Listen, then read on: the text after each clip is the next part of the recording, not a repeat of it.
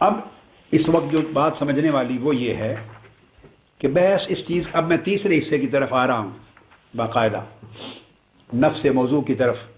دو چیزیں اس موضوع کو سمجھنے کے لیے میں نے جو ماحولیاتی پس منظر ہے اس کا تذکرہ کیا اور تاریخی. اب نفس موضوع کی طرف آ رہے ہیں. ہوتا یہ ہے کہ کئی بار، اور اب موجودہ صورتحال میں بھی یہ ہے کہ اصل موضوع کہ گستاخ رسول کی سزا کیا ہے اور وہ واجب القتل ہے یا نہیں، اس موضوع پر تو سرے سے کوئی اختلاف ہی نہیں.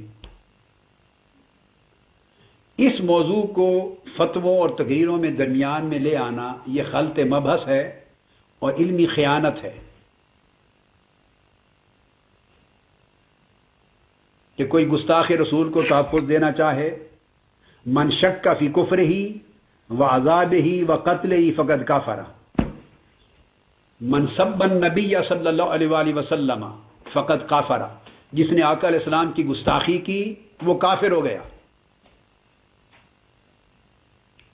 اور اس کی سزا قتل ہے. من شک فی قتلہ و کفرہ و عذابہ فقد کافر، جس شخص کو گستاخ رسول کے کافر ہونے اور اس کی سزا کے قتل ہونے میں شک ہو وہ بھی کافر،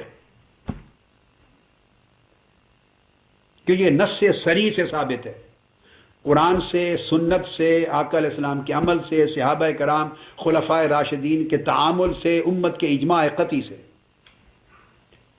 لہذا اس مسئلہ پر تو سرے سے اختلاف کی گنجائش ہی نہیں، اور 1400 سال میں ائمہ اربعہ میں سے کسی نے اختلاف نہیں کیا، اور مذاہب اربعہ میں اگر اختلاف رہا ہے تو وہ تین مذاہب عام طور پہ، ایک طرف مالکیہ، شوافی اور حنابلہ ایک طرف، اور مذہب حنفی امام اعظم ایک طرف. بعض ان مسائل پر ان کا اختلاف رہا ہے، ان کا ویو لبرل رہا ہے زیادہ، مگر نفس مسئلہ پر امام اعظم سمیت اور احناف کے ائمہ سمیت نفس مسئلہ پر، اصل مسئلہ پر کسی کا اختلاف نہیں تھا. یہ اختلاف کبھی نہیں ہوا کہ جو حضور کی گستاخی کا مرتکب ہو وہ کافر ہے یا نہیں. علی الاطلاق کافر. اس کی سزا کیا ہے؟ سب کا اتفاق ہے کہ قتل. اس پر کوئی دوسری رائے نہیں ہوئی اور کسی مسلمان کی ہو بھی نہیں سکتی. سو آج بھی مسئلہ یہ نہیں. لہذا اگر کوئی اس چیز کا انکار کرے صریحاً تو پھر تو آپ کہیں کہ گستاخ رسول کی حمایت کر رہا ہے اور گستاخی رسول کو تحفظ دیا جا رہا ہے. یہ عاشقان رسول کے ساتھ نہیں، گستاخان رسول کے ساتھ ہیں.